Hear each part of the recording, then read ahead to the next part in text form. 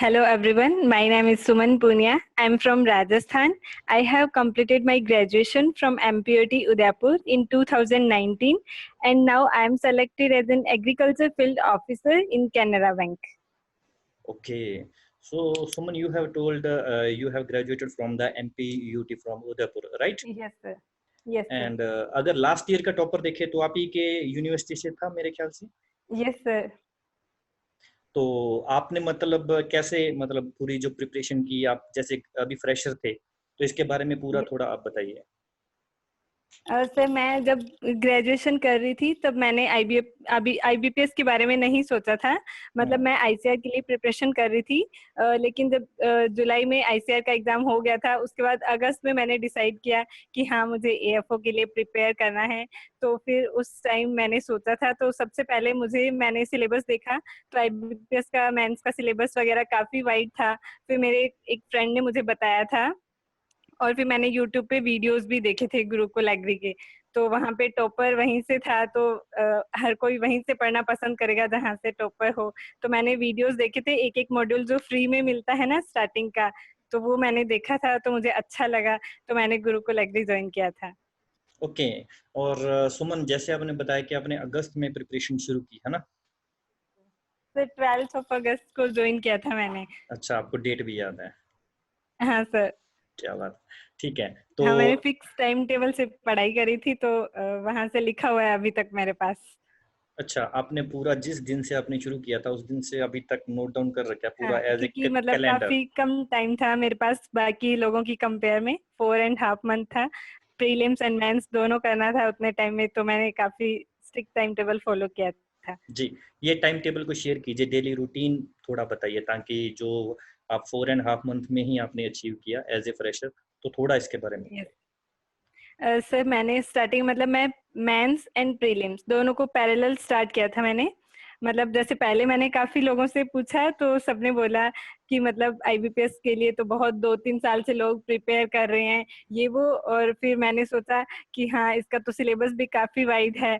फिर मैंने सुना कि लोग प्रीलिम्स को ज्यादा सीरियस नहीं लेते हैं, बट वैसे देखे तो ये काफी नया होता है, क्योंकि 4 साल तक एग्रीकल्चर पढ़ रहे हो आप, तो मैथ्स रीजनिंग काफी नया होता है। तो मैंने प्रीलिम्स को भी उतना ही ढंग से पढ़ा था जितना मेंस को। प्रीलिम्स को मैं थोड़ा कम टाइम देती थी, 2 to 3 आवर, और मेंस को मैं रोज स्टार्टिंग से 7 से 8 घंटे पढ़ती थी। तो स्टार्टिंग में तो बहुत एक्साइटेड थी कि मतलब, क्योंकि पहले कभी रिकॉर्डेड वीडियो से पढ़ाई करी नहीं थी, तो पहले स्टार्टिंग में जितने मॉड्यूल्स थे उनको फटाफट से 1-1.5 महीने में कंप्लीट कर लिया था। फिर उसके बाद आप लोग जैसे मॉड्यूल डालते थे उनको पढ़ती थी साथ साथ में। मतलब एक्स्ट्रा मैंने कुछ भी नहीं पढ़ा था, आप लोगों ने जो मैटर दिया था सिर्फ वही पढ़ा था मैंने। उसके अलावा और कोई सोर्स नहीं था मेरे पास। मतलब अपने सोर्स को लिमिट रखा आपने, उसको पूरे एक। हाँ, क्योंकि सर टाइम का बाउंडेशन था, तो मैंने अपने सोर्स को लिमिटेड रखा था। ओके, ठीक है। और जैसा आपने इंग्लिश के लिए क्या मतलब किया, क्योंकि आपके जो मतलब राजस्थान में जैसे 12th में 10th में हिंदी मीडियम होता है ना, तो यस सर। उसके बाद मतलब जो इंग्लिश में जो आईबीपीएस में, इसको थोड़ा आपने कैसे प्रिपेयर किया? सर मैंने इंग्लिश के लिए मैंने पहले काफी लोगों से सुना है कि 2 to 3 मार्क्स मेरिट रहता है। तो मैं कभी वैसे कट ऑफ में बिलीव नहीं करती हूँ, क्योंकि ये कंपटीशन पे डिपेंड करता है। मेरा एक्चुअली स्कोर अच्छा था, 9 पॉइंट समथिंग था इंग्लिश का। तो मैं स्टार्टिंग से न्यूज़पेपर पढ़ती थी। एडिटोरियल काफी टफ होता है, तो मैं एडिटोरियल नहीं, मैं फ्रंट पेज ही पढ़ती थी इंग्लिश का। द हिंदू पढ़ लेती थी, टाइम्स ऑफ इंडिया और ब्रेल्स करके भी एक आता है वो पढ़ती थी। और मैं ट्विटर यूज करती थी। ट्विटर की इंग्लिश जो होती है वो वहां से आप काफी इम्प्रूव कर सकते हो अपनी इंग्लिश। तो मैं ट्विटर काफी यूज करती थी, वहाँ का न्यूज वगैरह सब पढ़ती थी, तो उससे भी काफी फायदा मिला। और फिर मैं ये मानती हूँ कि मैंने काफी बच्चों को देखा है कि इंग्लिश के रट्टे लगाते हैं, तो वो चीज मुझे सही नहीं लगी। मतलब कि वोकैब वगैरह नहीं पढ़ी थी मैंने, मैं जस्ट रीडिंग को इम्प्रूव करती थी। और वहाँ पे यही होता है, क्लॉज वगैरह भी आते हैं, तो आपकी रीडिंग अच्छी होनी चाहिए। एक्चुअली क्या है ना कि आपके बारे में एक मैं चीज बताना चाहूंगा कि जैसे आपने यस सर। अगस्त में ज्वाइन किया था, तो मेरे ख्याल से सितंबर वगैरह में जैसे प्रिंटिंग फैसिलिटी के लिए गुरुकुल ने एक सॉफ्टवेयर लाया था, वो शायद सक्सेस नहीं हुआ था वो वाला जो सॉफ्टवेयर था। Yes sir. आपको शायद याद हो तो, वो मतलब सॉफ्टवेयर में पूरा जाने का, फिर जाकर से प्रिंट करने का, है ना? तो उस टाइम यस पे सर। जो भी स्टूडेंट ने प्रिंटिंग की डिमांड की थी, तो उनके लिए सॉफ्टवेयर लेके आए थे हम लोग। तो यस सर। उस टाइम पे आप उन 100 में से 4 से 5 स्टूडेंट में से एक थे। आप उन 100 में से यस 4 सर। से 5 स्टूडेंट में से एक थे जो फाइनली प्रिंट ले पाए थे, कि जो वो सॉफ्टवेयर को हाँ। अच्छे से चला पाए थे। ठीक है। Yes sir. सर एक्चुअली मुझे लग रहा है कि सबसे ज्यादा तंग मैंने ही करा होगा। मैं सबसे ज्यादा कॉल करती थी कि सर मुझे प्रिंट आउट चाहिए, सर मुझे प्रिंट आउट चाहिए, क्योंकि मेरे पास ना डेटा का लिमिटेशन था, मेरे लैपटॉप में बहुत नेट लगता था तो करके, और ऑनलाइन उतना ढंग से पढ़ाई नहीं हो पाती, हम मार्क कर पाते हैं प्रिंट आउट में, अंडरलाइन कर पाते, तो मेरा मैं स्टार्टिंग से कॉल करती थी, सर मुझे प्रिंट आउट चाहिए, सर मुझे प्रिंट आउट चाहिए। सबसे पहले ले लिए थे मैंने प्रिंट आउट। हाँ, तो उसमें क्या हुआ था ना कि जैसे वो हमने सॉफ्टवेयर वाला सिस्टम लाया था ना, तो काफ़ी बच्चे से समझ नहीं पाए थे कि इसे प्रिंट आउट लेने कैसे हैं, क्योंकि वो यस सक्सेस नहीं हो पाया था। लेकिन आप जो थे ना, आप और 2-3 कैंडिडेट ऐसे थे कि वो 100-150 में से प्रिंट आउट ले गए थे। तो उस टाइम पे हमारे यस राजेंद्र सर। सर आपसे शायद मतलब बात करते थे, तो उन्होंने मेरे को बोला कि ये बच्ची निकाल जाएगी। मैंने बोला कैसे? तो उन्होंने मेरे को बताया कि इसमें सेल्फ कॉन्फिडेंस है, ये निकाल जाएगी।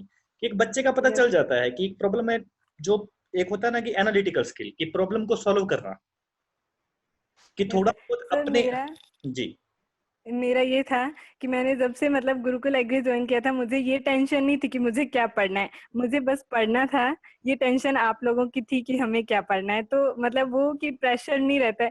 मतलब मैंने आपको कॉल किया था तो आपने बोला कि ऐसा कुछ भी नहीं होगा एग्जाम में, मतलब हम सारा मैटर आपको देंगे, आपको अलग से कुछ नहीं पढ़ना पड़ेगा। बस मैं श्योर थी कि मुझे बस ये पढ़ना है, और मुझे एक्स्ट्रा कुछ भी टेंशन लेने की जरूरत नहीं, बस जितना है उसको 100% दो। और बाकी अगर मुझे कहीं प्रॉब्लम आती थी तो मैं सबसे पहले कॉल करती थी। बाकी बच्चे तो जैसे मैसेज वगैरह करते हैं, मैं सबसे पहले कॉल, सर मुझे ये याद नहीं हो रहा है। तो मतलब इतना पॉजिटिव सपोर्ट मिलता था ना कि हाँ 100% एक्यूरेट कोई नहीं होता है, आराम से कर लोगी। और रिवीजन का जो आप लोग बोलते थे ना कि आप रिवाइज करो, उसका आई थिंक सबसे अच्छा बेनिफिट मिला मेरे को रिवीजन का। क्योंकि रिवीजन जो है यही सबसे इम्पोर्टेंट होता है। डाटा को अगर यस याद सर। करना है तो रिवीजन आपको करना ही पड़ेगा। तो आप लोग, आपने हिंदी के बारे में बता दिया, और आपने जो रीजनिंग को और एप्टीट्यूड को, इसको कहाँ से प्रिपेयर किया? सर मैं सबसे पहले मतलब मैथ्स जो है वो मेरी 10th तक अच्छी थी तो ज़्यादा प्रॉब्लम नहीं आई थी। बट मेरा ये था प्री के लिए कि मैंने जो टॉपिक्स किए थे उनको बेसिक टू एडवांस बहुत अच्छे से किया था। क्योंकि लोगों का ये मानना है कि पेपर सिंपल आता है, पर मैं ये मानती हूँ पेपर सिंपल नहीं आता है, कट ऑफ कम जाता है other compare to other banking exams. तो मैंने डाटा इंटरप्रिटेशन, क्वाड्रेटिक इक्वेशंस और नंबर सीरीज और सिंप्लीफिकेशन अनफॉर्चुनेटली इस बार नहीं आया था, बट ये 4 टॉपिक मैंने बहुत अच्छे से किए थे। और रीजनिंग मुझे बहुत अजीब सा सब्जेक्ट लगता था क्योंकि बहुत नया था मेरे लिए, और पजल और सिटिंग अरेंजमेंट बन जाते थे मेरे से, लेकिन काफी टाइम कंज्यूमिंग था। तो इस मैटर में मैं आपको बहुत कॉल करती थी कि सर मैं इनको कैसे करूं। तो रीजनिंग के लिए मैं बोलूंगी कि आप लोग सिलॉग्स अच्छे से करो, ब्लड रिलेशन, कोडिंग, डिकोडिंग और डायरेक्शन टेस्ट, अगर ये कर लोगे तो आपको 18-19 मार्क्स का हो जाएगा। और बाकी पजल ये सब टाइम बचता है तो आप वहां सोल्व कर सकते हो, अगर नहीं बचता है तो इतने में हाँ हो जाता है। तो आपका टोटल स्कोर तो कितना था ओवरऑल प्री में? प्री में 46 था सर मेरा। मतलब 10 नंबर ज्यादा थे, तो सेफ थे, मतलब आप हाँ। एक ग्रीन जोन में थे, हाँ है ना? मतलब एग्जाम देते ही मैंने आपको कॉल किया था, तो फिर आपने बोला कि हाँ इतने क्वेश्चन किए तो हो जाएगा, तो मैंने उसी दिन मॉक टेस्ट ज्वाइन कर लिया कि हाँ अब मेंस की तैयारी और अच्छे से करनी है, हो जाएगा प्री तो। कहीं ना कहीं आप में जो पहले भी मतलब पता ही होता है, जैसे कि चैट वगैरह करते हैं, मतलब हम लोग कुछ डिस्कस करते हैं कुछ स्टूडेंट का, तो जैसे मतलब कुछ स्टूडेंट ऐसे थे कि जिनके बारे में हम स्पेशल डिस्कस करते थे कि ये इसमें सेल्फ कॉन्फिडेंस है, क्योंकि एग्जाम निकालने के लिए आपको सेल्फ कॉन्फिडेंस चाहिए ही चाहिए। Yes sir. जी। तो और कुछ इंटरव्यू के बारे में आप बताना चाहो, या स्टूडेंट को, और कुछ अपने जूनियर्स को, या मतलब जिनका जैसे आपने 4 महीने में एग्जाम निकाला, तो किसी और को कुछ ऐसा मैसेज आप देना चाहो? सर मैं मेनली मेंस के लिए बताना चाहूंगी, क्योंकि मेंस का जो सिलेबस जो होता है वो काफी वाइड होता है, और उसमें बहुत अनसर्टेनिटी रहती है। अगर आप पीछे के पेपर देखो, जैसे इस बार काफी जनरल एग्रीकल्चर था तो कट ऑफ भी बहुत हाई गया है, उससे पहले का देखो तो पूरा करंट अफेयर्स था। तो मतलब मैं बोलना चाहूंगी कि आप लोगों को सारे सब्जेक्ट्स पढ़ने पड़ते हैं, और टाइम कम होता है, ऑफ कोर्स सब्जेक्ट्स देखते हुए बहुत कम टाइम होता है। तो आप अपने रिसोर्स को लिमिटेड रखो। जैसे कई बच्चे होते हैं ना, ये बुक्स पढ़ लेते हैं, वो बुक्स पढ़ लेते हैं, एक बुक को पढ़ने में बहुत टाइम वेस्ट हो जाता है और आप पहचान भी नहीं पाते हो कि कौन से क्वेश्चन आपको अटेम्प्ट करने हैं। तो मैं ये मानूंगी कि आप सबसे पहले तो अपने रिसोर्स लिमिटेड रखो, और थोड़ा मतलब जैसे हम लोगों को गुरुकुल एग्री में थोड़ा बहुत प्रिसाइजली मिला था सब कुछ, ऐसे पका पकाया टाइप्स की, हाँ बस पढ़ना है, सब मिल गया है मैटर वैसा। तो आप थोड़ा वैसे पढ़ो, और सारे सब्जेक्ट जैसे एलाइड सब्जेक्ट है, एग्रीकल्चर, इंजीनियरिंग, फिशरीज, इनको भी आप इक्वली इम्पोर्टेंस दो। ये नहीं कि मेरा एग्रोनॉमी अच्छा है, सॉइल साइंस अच्छा है तो मैं इनसे कर लूंगा, कोई जरूरी नहीं है, उनसे क्या पता एक भी क्वेश्चन नहीं आए। और मैं ये बोलूंगी कि मैंने स्टार्टिंग के जो मंथ थे ना, अगस्त सितंबर अक्टूबर, उनमें सारे सब्जेक्ट्स कर लिए थे। जैसे agronomy, soil science, life stock ऐसा सब्जेक्ट था जिसको मैं बहुत हेट करती थी कॉलेज टाइम में, बट मैंने जब से आप लोगों के वीडियोस देखे तो मेरा लाइफ स्टॉक भी हो गया था इम्प्रूव। तो ये सारे सब्जेक्ट मैंने पहले कर लिए थे। माइनर सब्जेक्ट जैसे एंटोमोलॉजी, पैथोलॉजी, ये मैंने कर लिए थे, क्योंकि फिर दिसंबर में थोड़ा प्रेशर आ जाता है प्री का भी, तो आप नहीं कर पाते हो मेंस का। और जनवरी में तो बहुत सारी नई रिपोर्ट्स आती है, जैसे फॉरेस्ट वाली आ गई थी, और काफी बैंकेबल प्रोजेक्ट्स ये सब भी पढ़ना है आपको, तो आप सब्जेक्ट्स नहीं पढ़ पाते हो उतना ढंग से। तो आप सब्जेक्ट्स को पहले से ही स्ट्रॉन्ग रखो, और जो करंट अफेयर्स है इन सबको नवंबर से स्टार्ट करो, क्योंकि काफी डेटा चेंज भी होते हैं, तो फिर उस हिसाब से। और मैं मानूंगी कि रिवीजन ज्यादा से ज्यादा करो। जैसे मैं वीक में जितना पढ़ती थी, संडे को उसका रिवाइज करती थी तो ही आगे पढ़ती थी, वरना मैं आगे नहीं पढ़ती थी। मतलब रिवीजन ज्यादा से ज्यादा जरूरी है। और इसमें डेटा और कंसेप्ट दोनों मैटर करता है। ये नहीं कि कंसेप्ट अच्छा है तो कर लेंगे, रट्टा लगाना भी आना चाहिए। और क्योंकि डेटा का काफी सारे क्वेश्चंस आते हैं वहां पे, डाटा के भी, तो आपको दोनों चीजों की इक्वली इम्पोर्टेंस देनी पड़ती है। ठीक है। और आप अपने एक्यूरेसी के बारे में कुछ बोलना चाहेंगे? आपने कितनी आपकी अटेम्प्टेशन थी और कितना आपका फाइनली स्कोर आया? सर मैंने 51 अटेम्प्ट किए थे, और फिर लास्ट में मेरा स्कोर था 43 पॉइंट समथिंग था। तो मतलब प्री में मेरा ये था कि मैंने जितना अटेम्प्ट किया था उतने मार्क्स आए थे, एक भी नेगेटिव नहीं था मेरा, तीनों हम्म। सब्जेक्ट्स में ही। और मेंस में थोड़ा हो गया था, मतलब एक दो क्वेश्चन अपने हिसाब से अपन कुछ सोचते हैं वैसे करके। पर मैं स्टार्टिंग में मैंने मॉक टेस्ट देने स्टार्ट किए थे ना जब, तो मेरी एक्यूरेसी आती थी 60-50, तो मुझे थोड़ा हो जाता डर। था। फिर मैंने आपसे बात करी तो आपने बोला कि आप भले ही कम अटेम्प्ट करो लेकिन अच्छा अटेम्प्ट करो। और वैसे थोड़ा बहुत हो तो कोई फर्क नहीं पड़ता है, जहाँ पे मतलब दो ऑप्शन का कंफ्यूजन हो रहा हो ना आपको, वहां तक तो अटेम्प्ट करना चाहिए। अब किसी क्वेश्चन के बारे में कोई नॉलेज नहीं है, उसको अटेम्प्ट मत करो। तो फिर लास्ट में मेरी एक्यूरेसी 80% तक आ गई थी मॉक टेस्ट में, मतलब जब तक मैंने 20 मॉक टेस्ट दिए थे ना।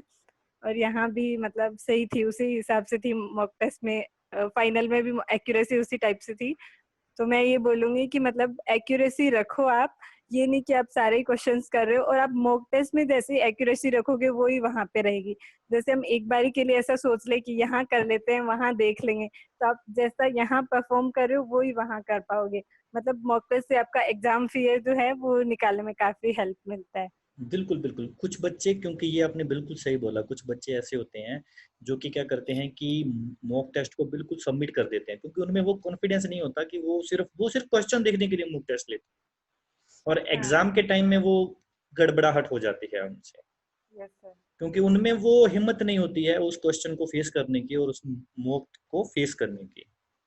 हाँ, कि मतलब मॉक टेस्ट में अगर मैं फेलियर फेस कर रहा हूँ तो, जैसे मैंने सबसे पहला मॉक टेस्ट दिया था, तो वो पहला वाला मॉक टेस्ट फ्री मिलता है, तो वो काफी बच्चे देते हैं, तो उसमें मेरा रैंक काफी पीछे था। तो फिर वो है ना कि उसमें काफी बच्चे देते हैं, तो पर मतलब लास्ट तक आते आते एक बार मेरा रैंक तो टॉप 10 में भी आ गया था। बाकी मेरा रैंक अंडर 50 रहता था, मतलब ऐसे। तो मैं थी, मुझे कॉन्फिडेंस था कि हाँ मतलब कुछ तो अच्छा कर लेंगे, क्योंकि वहां पे सीट 600 से अबव थी पहले तो कि हाँ टॉप 50 में आ रहे हैं तो कुछ तो कर लेंगे। हाँ। और इसमें जो आपका स्कोर कितना है मेंस में, टोटल 100 में से अगर देखें तो? 73.67। और आपको इंटरव्यू में कितने आए हैं? सर मैंने जिस हिसाब से कैलकुलेट लिया, अबो 16 है मेरे इंटरव्यू में। अबव 16? Yes sir. जी, तो इंटरव्यू जरूर शेयर कीजिए, क्योंकि यहाँ पे कई बच्चे मार्क्स आ जाते हैं। सर अब मैंने ना एक्चुअली इंटरव्यू का मतलब सबसे पहले तो मेरे से पहले जो इंसान था इंटरव्यू में, उसका फोर्थ पता नहीं फिफ्थ अटेम्प्ट था, तो मेरा सबसे पहला अच्छा इंप्रेशन गया कि हाँ फर्स्ट अटेम्प्ट में ही आई है, ओके। ऐसे करके।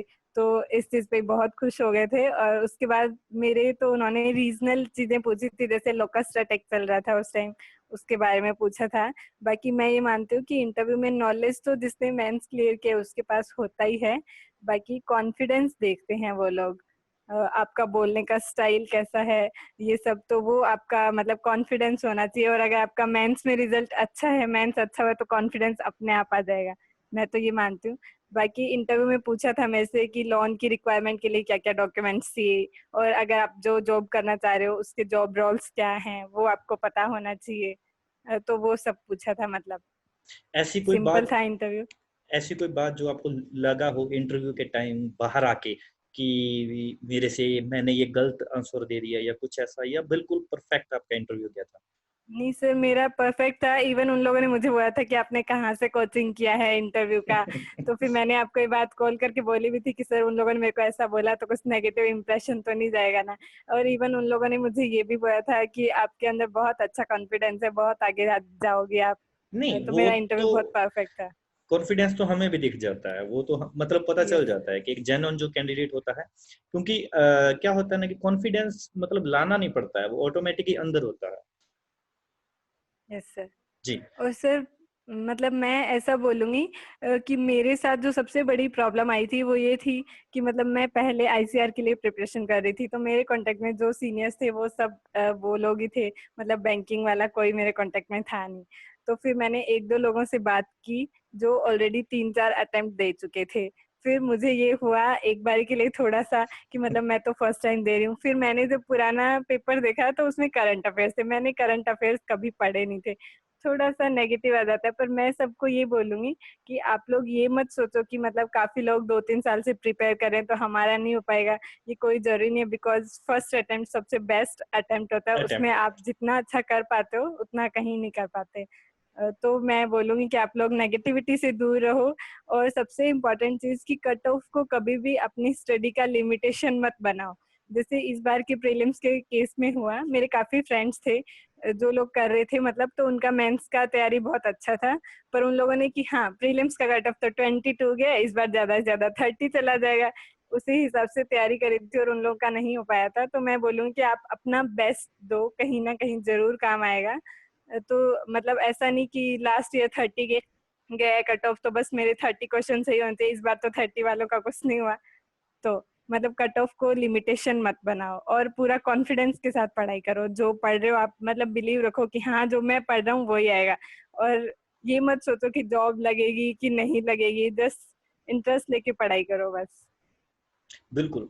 और दूसरा, जैसे आपने इंग्लिश का बताया, तो इंग्लिश में आपने ग्रामर वगैरह पढ़ी या सिर्फ न्यूज़पेपर पढ़ा? सर मैं वो पढ़ती थी, न्यूज़पेपर रोज पढ़ती थी। और जैसा मैं बताया मेरे को ट्विटर से बहुत फायदा मिला। ट्विटर को मैंने बहुत पूरे 6 महीने अच्छे से देखा था। और मैंने ग्रामर का काफी मतलब बेसिक कुछ कुछ देखा था, क्योंकि कई जगह ऐसा होता है कि मतलब जैसे वोकैब फिल करनी है वहां पे सेम सेम वोकैब दी है, या फिर वोकैब का कोई मतलब ही नहीं है, डायरेक्ट फॉर्म देख के फर्स्ट फॉर्म सेकंड फॉर्म कौन सा आएगा वो देख के आप आंसर कर सकते हो। तो थोड़ा बेसिक आपको पता होना चाहिए कि ये टेंस चल रहा है तो ये फॉर्म आएगी। थोड़ा तो बेसिक होना चाहिए, मतलब तो आपको पता।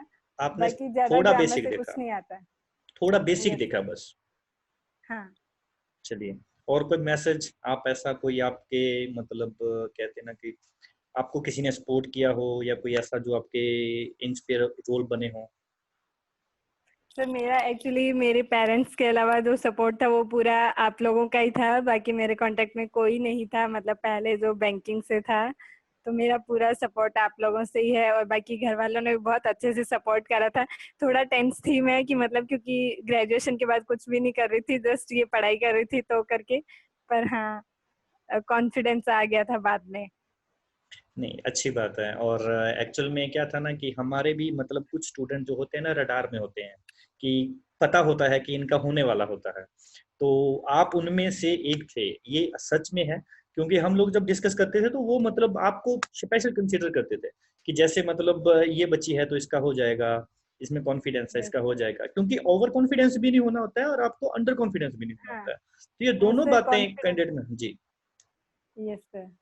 और सर एक मुझे मतलब आपके इंस्टीट्यूट के बारे में जो सबसे बेस्ट लगा वो ये था कि मतलब हम लोग को डाउट सॉल्व करने के, जैसे मैंने काफी देखा है कि हम लोग को कुछ है तो मतलब बच्चे कॉल करते रहते हैं, कोचिंग वाले बात नहीं कर पाते हैं। पर हम लोग का इतना सही था कि हम अभी मैसेज करें हम लोग को जस्ट ही रिप्लाई मिलता था, मेल करें तो रिप्लाई मिलता था। और सबसे बेस्ट ये कि जब मर्जी कॉल कर लो, और इतना अच्छे से था ना मतलब कि उसको देख के मुझे और कॉन्फिडेंस आता था कि हाँ यार कोई तो है जो हमको सपोर्ट कर रहा है, मतलब तो करके तो उससे मुझे बहुत बेनिफिट मिला। लेकिन आप लोगों मतलब आपने भी हमारे साथ कोऑपरेट किया था जब वो सॉफ्टवेयर वाला सिस्टम नहीं चला था।